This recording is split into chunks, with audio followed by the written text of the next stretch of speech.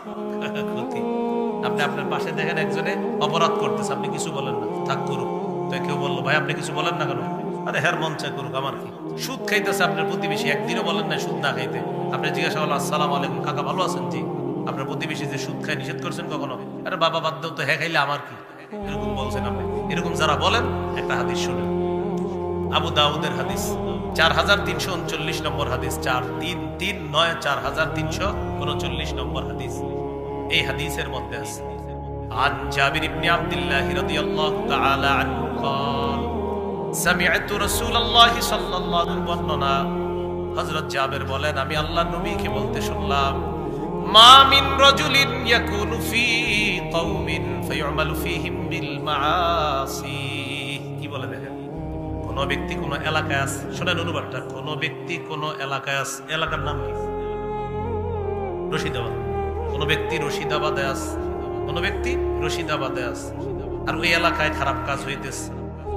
ইয়াকদিরুনা আলা আইয়ুগাইয়িরু, আমরা যারা বেঁচে আছি আমরা সক্ষম রাখি এটা বাধা দিতে। আবার বলছি রশিদাবাদ আমরা বেঁচে আছি, রশিদাবাদে এমন একটা খারাপ কাজ হইতেছে যেটা বাধা দিতে আমরা সক্ষম, মানে এটা বাধা দিতে আমরা সক্ষম।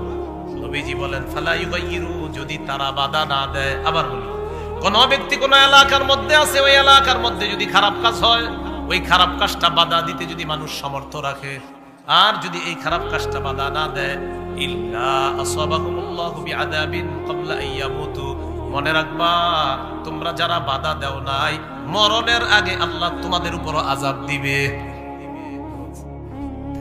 ইল্লা আসাবাহুমুল্লাহু বিআযাবিন ক্বাবলা আইয়ামুতু, মরার আগে তাদের উপর আল্লাহ আযাব নিয়ে আসবে। আসাবাহুমুল্লাহু বিইকাব, আল্লাহ তাদেরকে ধরবে, বিইকাবিন আযাব দ্বারা, ক্বাবলা আইয়ামুতু, তারা মরার আগে আল্লাহ তাদেরকে আযাব দ্বারা পাকড়াও করবেন।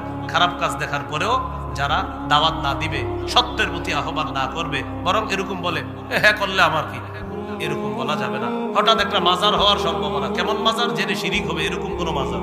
আমরা মাজারের বিরুদ্ধে না, কবরের বিরুদ্ধে না, তবে শিরিকের বিরুদ্ধে আমরা। এই কথাটা স্পষ্ট হওয়া দরকার।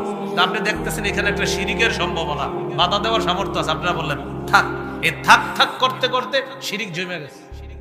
শিরিক কি হয়ে গেছে? জমে গেছে। নবীজি বলেন মরার আগে তুঙ্গু পুরো গজব দিবে আল্লাহ, মনে রেখে।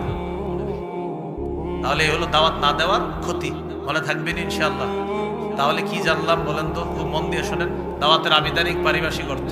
2 নাম্বার দাওয়াতের ধারাক্রম আমাদের নবী পর্যন্ত। 3 নাম্বার নবীজি পরে আর নবী হবে না, হয় নাই।